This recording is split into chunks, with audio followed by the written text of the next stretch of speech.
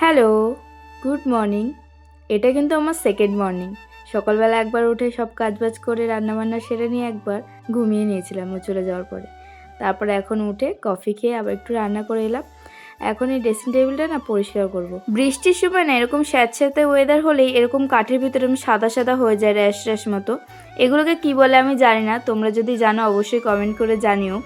তো এটা আমি শুকনো কাপড় দিয়ে ফার্স্টে মুছে নিলাম, আর তারপরে ড্রেসিং টেবিলের ভিতরে যেগুলো ছিল সব এক এক করে নামিয়ে নিচ্ছিলাম, কারণ ভিতরটাও মুছে নেব তাই জন্য। আর আমি আগেও একবার মুছেছিলাম, কিন্তু কিছুদিন পরে দেখছি আবার ধুলো পড়েছে।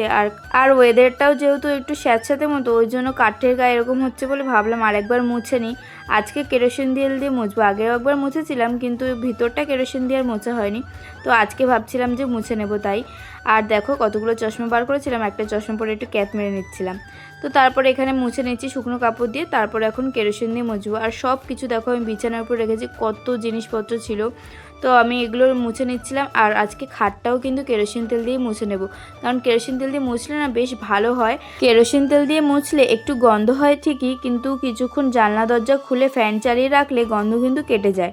তো আমি সেই মতো সব মুছে নিলাম। মুছে নিয়ে তারপরে আমি চলে গেলাম স্নান করতে।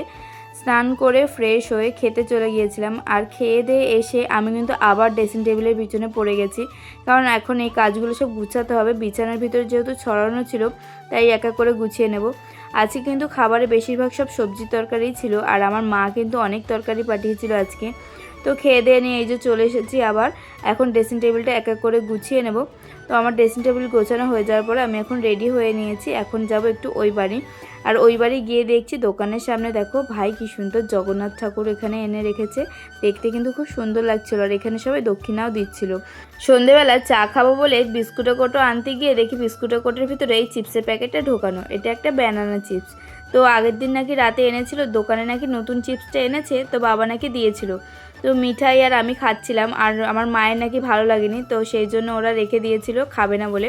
তো আমি তো অনেকটা খেয়ে নিয়েছিলাম। তো তারপরে চা করেছিলাম, এখানে চা করে আমি এখানে চা খাচ্ছিলাম আর আমার বড়ের সাথে গল্প করছিলাম।